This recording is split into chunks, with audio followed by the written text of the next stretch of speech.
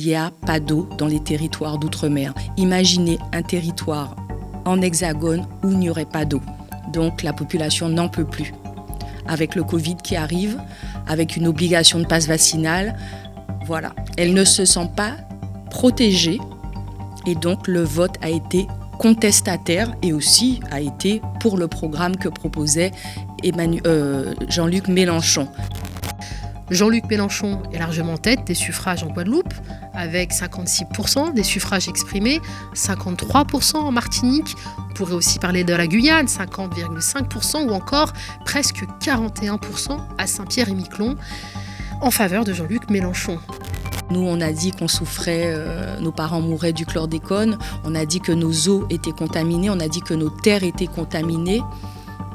Aujourd'hui, on a un hôpital en mauvaise santé, on n'a pas d'eau pour se laver, pour vivre.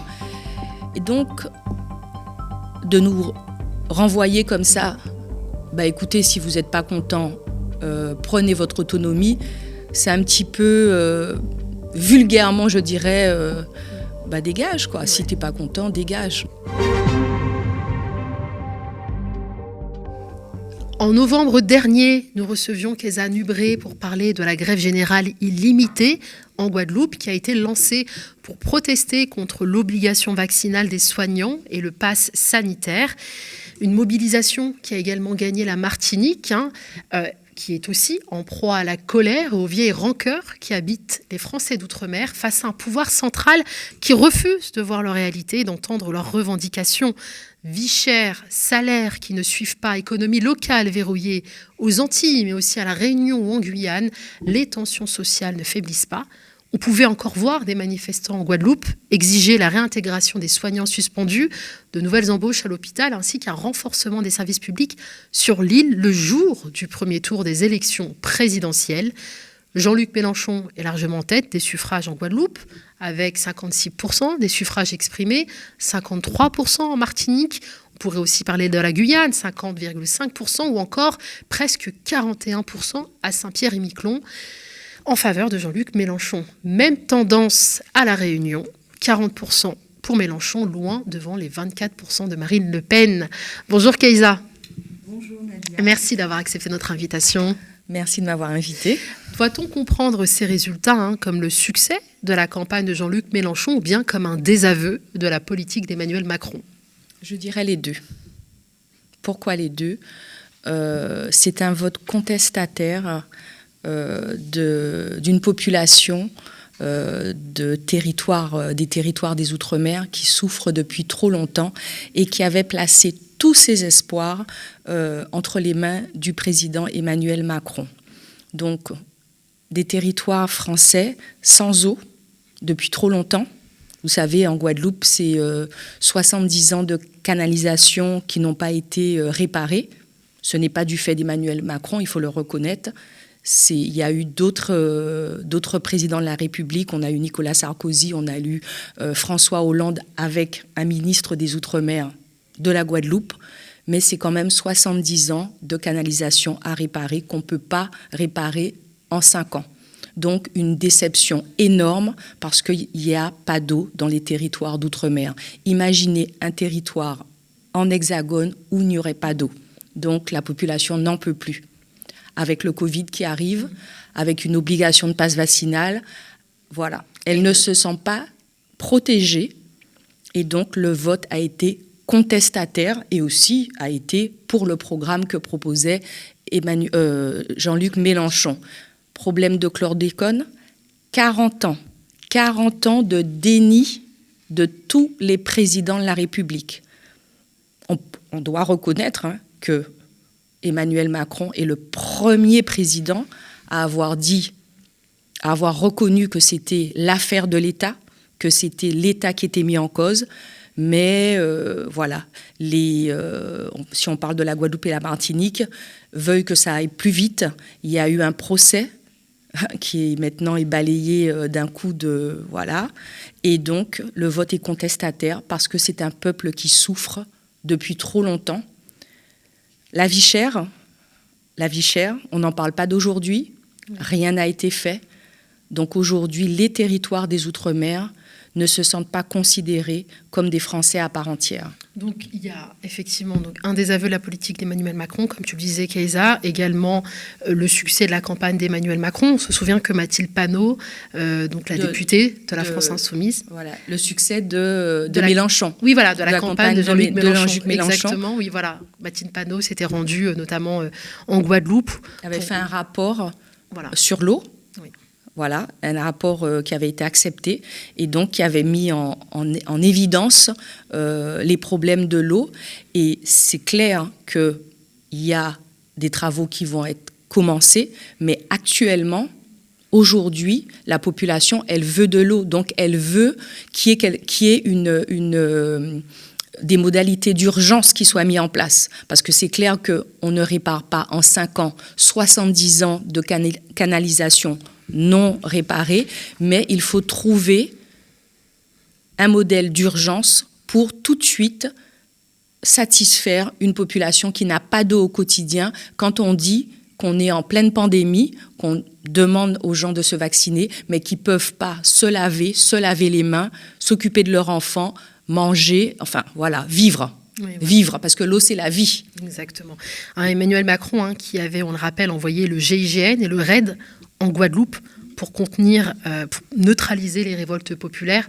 Donc ça aussi, les populations d'outre-mer ne sont absolument pas amnésiques, comme c'est un peu le cas ici en Hexagone, et ont sanctionné... Tout à fait. Je pense que l'attitude a été très mal perçue. Il y a une grosse défiance de la parole d'État. Et quand en plus il y a toutes ces contestations, donc la vie chère, le chlordécone, c'est un peuple qui souffre. Donc même si il y a eu des actions et que c'est le premier président qui fait ces actions, il y a la pandémie qui arrive. Bon, la pandémie, c'est pas la pandémie d'Emmanuel Macron, mais certes, il y a une pandémie qui arrive. Il y a un hôpital qui a brûlé en Guadeloupe. Donc en fait, je pense que la population a très mal pris la réponse à tout ce qu'ils demandaient. Donc, il y avait la pandémie, ils étaient contre le vaccin parce qu'il y a eu une défiance, parce que la communication pour ce vaccin a été très mal faite. On leur a exigé ça alors qu'ils se battaient déjà pour autre chose. Vous savez, la France est quand même le pays du sang contaminé. Voilà, chlordécone, sang contaminé. Voilà, c'était la goutte d'eau qui a fait déborder le vase, d'envoyer les GIGN. Je pense que la réponse n'a pas été à la hauteur de la confiance qu'avaient mis les territoires des Outre-mer dans les mains du président Emmanuel Macron. Oui, d'ailleurs, parce qu'on le rappelle, Emmanuel Macron, le score d'Emmanuel Macron à ce premier tour, c'est 13,4% des suffrages exprimés contre 30,2% en 2017. Donc il a été sévèrement sanctionné. Donc on a parlé du scandale du chlordécone, je vais quand même rappeler ce que c'est peut-être à nos auditeurs. C'est ce pesticide ultra toxique utilisé massivement dans les bananeraies en Guadeloupe et en Martinique pendant plus de 20 ans, à partir de 1972, pour lutter contre la charançon de la banane, un insecte qui détruisait les cultures. La France a fini par l'interdire en 1990. Le chlordécone a toutefois été autorisé aux Antilles jusqu'en 1993 par 2 dérogations successives signées par les ministres de l'Agriculture de l'époque et au sujet duquel, en tout cas moi c'est ce que j'ai dans mes archives, au sujet duquel le président de la République rejette toute responsabilité. On l'écoute. C'est la première fois qu'on prend de face le sujet du chlordécone. C'est la première fois. Je le fais sans démagogie. C'est-à-dire en regardant les choses telles qu'elles sont établies. Si je dis, je prends la probabilité, je prends tout, enfin, c'est complètement irresponsable. Ça veut dire qu'on ramasse tout. Donc moi, je veux bien que, ayant considéré pendant des décennies sans doute, comme responsable local puis comme ministre, que ça n'était pas un sujet et que ça en devient depuis mai 2017, il faudrait d'un seul coup faire davantage que davantage, mais faisons déjà ce qui est établi scientifiquement. Non mais pardon, Président, mais c'est vrai. Donc là-dessus, il y a une procédure rigoureuse qui est mise sur la table. Rigoureuse. Non mais, à la fin, moi je ne dis pas qu'il n'y a pas de lien. Je dis personne ne m'a établi un lien direct. Si on m'avait établi un lien direct, j'aurais pris les responsabilités qui vont avec. Parce que c'est mon tempérament et je n'ai jamais rien caché sous le tapis. Et je ne crois pas qu'on ait découvert en mai 2017 qu'il pouvait y avoir un lien ou que c'était un problème de santé publique. Donc Emmanuel Macron en fait un sujet, mais il n'établit pas de lien. Donc il se défausse un petit peu quand même. Alors, les mots n'étaient pas bons. les mots ne sont pas passés. C'est pas possible. Oui. Pour des populations qui ont leur famille qui meurt du cancer, c'était pas possible. C'est trop dur. C'est inadmissible. Ça, je le reconnais. Mais je dois aussi reconnaître que c'est le premier président qui a fait quelque chose. Il y a eu un rapport sur le chlordécone qui a été fait par 2 députés, un Martiniquais et un Guadeloupéen. Et aujourd'hui, dans le plan 4 du chlordécone, c'est ce rapport qui fait qu'on puisse arriver à quelque chose. Donc ces mots ne sont pas passés, ils ne peuvent pas passer. Je veux dire, quand on a des parents, quand on a une famille qui a été contaminée avec l'accord de l'État français, les mots ne peuvent pas passer. Mais aujourd'hui, c'est le seul. Et donc je dois l'admettre, je ne peux pas non plus être démagogue. On a eu Hollande, il n'a jamais rien fait. On a eu Sarkozy. Donc Hollande nous a dit oui, qu'il nous aimait, qu'il nous adorait, il était gentil, mais il n'a rien fait. Donc ce sont des mots qui ne peuvent pas passer. Ce sont des attitudes qu'il est compliqué d'accepter. Oui, une forme d'arrogance vis-à-vis d'une population qui se considère, des habitants qui se considèrent comme les laissés pour compte de la République. Tout à fait, totalement. La vie chère, le chlordécone, pas d'eau, et puis une attitude pas méritée. Quand il y a les mouvements sociaux pour la population qui ne souhaite pas se faire vacciner, qui souhaite attendre un autre vaccin ou qui souhaite un autre soin, parce qu'en plus, ils ont des problèmes à l'hôpital. L'hôpital a brûlé en Guadeloupe. Ces attitudes d'envoyer le GIGN, ces attitudes de dire si vous voulez l'indépendance, allez-y. Ça ne peut pas passer. C'est trop dur. Donc c'est un vote sanction. C'est un vote contestataire par des mots qui sont trop difficiles pour une population qui souffre depuis trop longtemps, qui se bat depuis trop longtemps. Et quand le Covid arrive et qu'ils se sentent imposer comme ça quelque chose, ils se disent « mais je ne comprends pas ». Nous, on a dit qu'on souffrait, nos parents mouraient du chlordécone, on a dit que nos eaux étaient contaminées, on a dit que nos terres étaient contaminées. Aujourd'hui, on a un hôpital en mauvaise santé, on n'a pas d'eau pour se laver, pour vivre. Et donc, de nous renvoyer comme ça, écoutez, si vous n'êtes pas content, prenez votre autonomie, c'est un petit peu vulgairement, je dirais, dégage, quoi. Si tu n'es pas content, dégage. Nous, on ne fera pas mieux.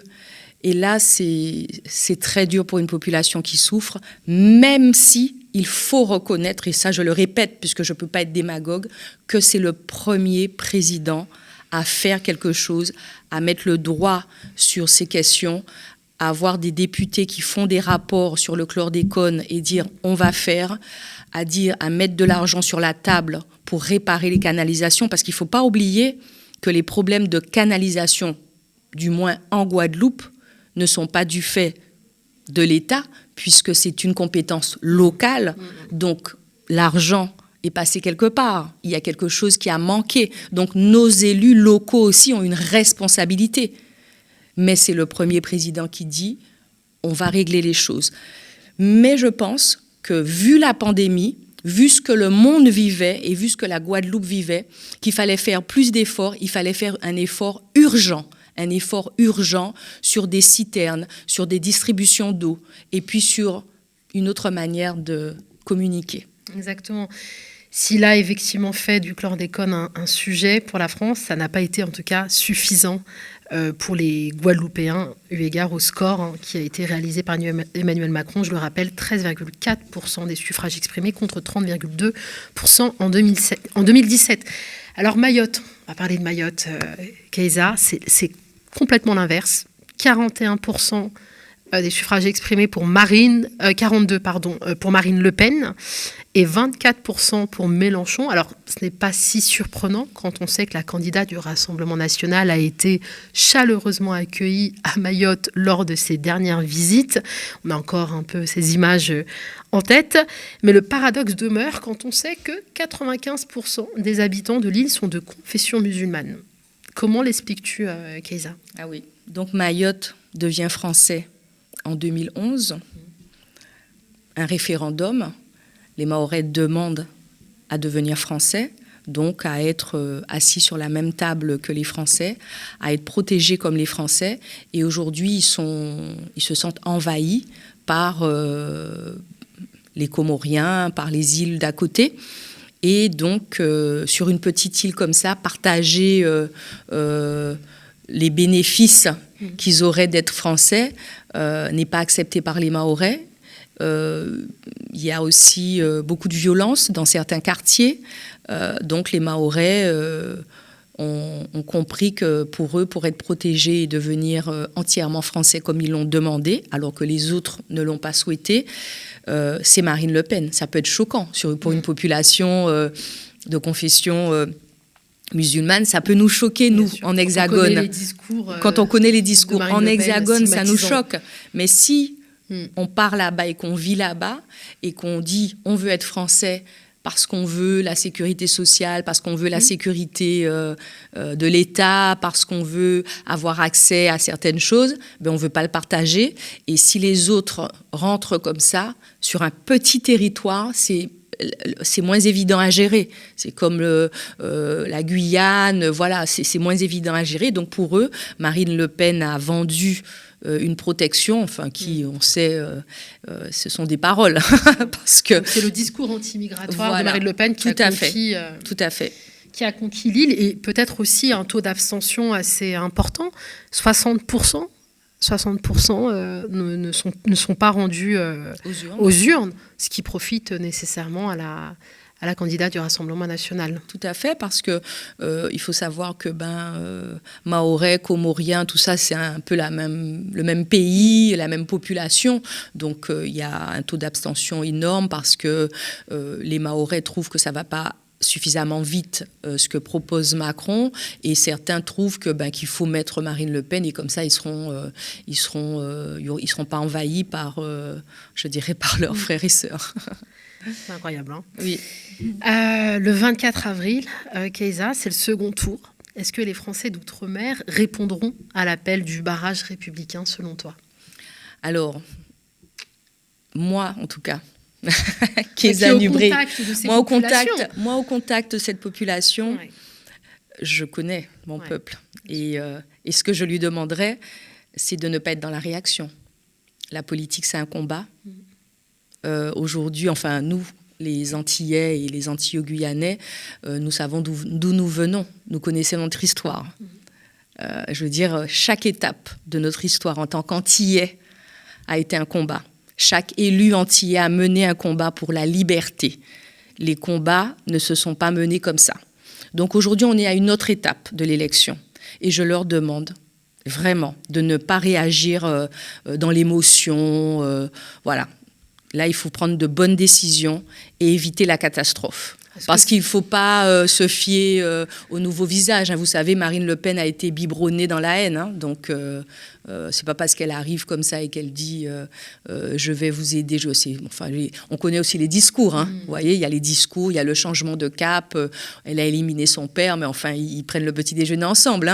Maréchal Le Pen qui va avec Zemmour, et ensuite Zemmour qui dit tout de suite on va voter Marine Le Pen. Il faut se souvenir que Zemmour a dit qu'il y avait trop de Noirs dans l'équipe de France. Donc, vous savez, les Antillais sont noirs. Ils ne sont pas que noirs. Il n'y a pas que des afro-descendants chez nous. Nous sommes un peuple mélangé. Il y a les Indiens, il y a des Blancs aussi. Tous les Blancs ne sont pas des béquets, parce que tout le temps, j'entends dire les béquets. Vous me rappelez ce que c'est, les béquets? Alors... oui, pour nos auditeurs. Alors, ce qu'on appelle les béquets, on va dire que ce sont eux qui ont géré, on va dire, les esclaves de l'époque. Alors, c'était pas tous des propriétaires, parce que ce qu'on appelle les béquets aussi, souvent, c'est ceux qui font le rhum, mais tous les fabricants de rhum ne sont pas des béquets. Mais les béquets, ce sont ceux qui ont été dédommagés après l'abolition de l'esclavage. Ce sont ceux qui ont géré les terres avec les esclaves et qui ont profité du travail gratuit et qui leur a permis d'être riches, parce qu'ils ont été dédommagés. Les esclaves n'ont pas été dédommagés, mais les béquets ont été dédommagés. Mais je rappelle qu'en Guadeloupe, en Martinique, la terre est appartient aussi bien à la population béquée qu'à la population indienne, qu'à la population afrodescendante, et que ce que nous voulons, c'est vivre ensemble. Alors maintenant, il y a certaines choses à éliminer. Alors Macron nous a promis de réagir en vrai, de changer la vie des Français en vrai et d'éviter les monopoles, parce que cette histoire de vie chère aussi, vous savez qu'il y a la vie chère en Guadeloupe, et que vu le salaire, le SMIC qu'on propose, on ne peut pas vivre décemment avec le prix des produits dans les supermarchés. Donc ça aussi, moi je pense que si, à un moment donné, l'État a pu donner une dérogation pour que le chlordécone puisse continuer à être utilisé aux Antilles, l'État aussi peut faire ce qu'il y a à faire pour éviter ces monopoles, pour régler le problème de la vie chère. Si nous faisons partie de la France, si nous sommes Français, ce que nous voulons, c'est être traités comme les Français de France hexagonale. C'est ce que nous souhaitons, quel que soit le président. Mais maintenant, je tiens à dire à ma population, déjà, je ne dirais pas de ne pas aller voter, puisque moi, j'estime que si on doit ouvrir sa bouche, si on veut critiquer, il faut prendre une décision, il faut aller voter. Moi, je préfère voter et ensuite dire, moi, j'ai voté pour toi, parce que tu as dit ça, parce que tu devais faire ça, donc moi j'impose ça. Mais ça a été le cas en 2017. Mais on peut aussi comprendre qu'en 2022... Sauf que ça a été le cas en 2017, ça a été le cas aussi avant, sous Sarkozy, sous Hollande, et il n'y a rien qui s'est passé. Bien sûr. Donc c'est un combat, il faut y aller. Et puis il y a d'autres élections qui arrivent. Oui. Il y a les législatives qui arrivent. Ça va permettre de mettre, d'autres choses à l'Assemblée nationale, de mener des combats ensemble. Mais chaque jour est un combat. Chaque étape est importante et là, on passe à une autre étape. Donc, il est important d'aller voter et de faire barrage à Marine Le Pen. Merci beaucoup, Kéza Nubré. Je rappelle qu'Kéza est vice-présidente du Conseil représentatif des Français d'Outre-mer et de l'Association Français à part entière.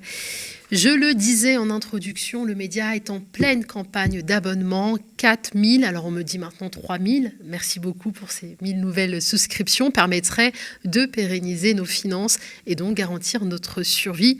On compte sur vous et on regarde tout de suite ce petit clip. Le média disparaît. Vous le savez, nous venons de clore une cagnotte destinée au pôle enquête. Cela ne suffira pas à assurer aux médias sa survie. Aux médias, depuis sa naissance, nous avons fait le choix de vous proposer une chaîne d'information, une web télé indépendante, libre et surtout en libre accès. Les médias ont déjà réélu Macron. Ils ont inventé le mandat de 10 ans.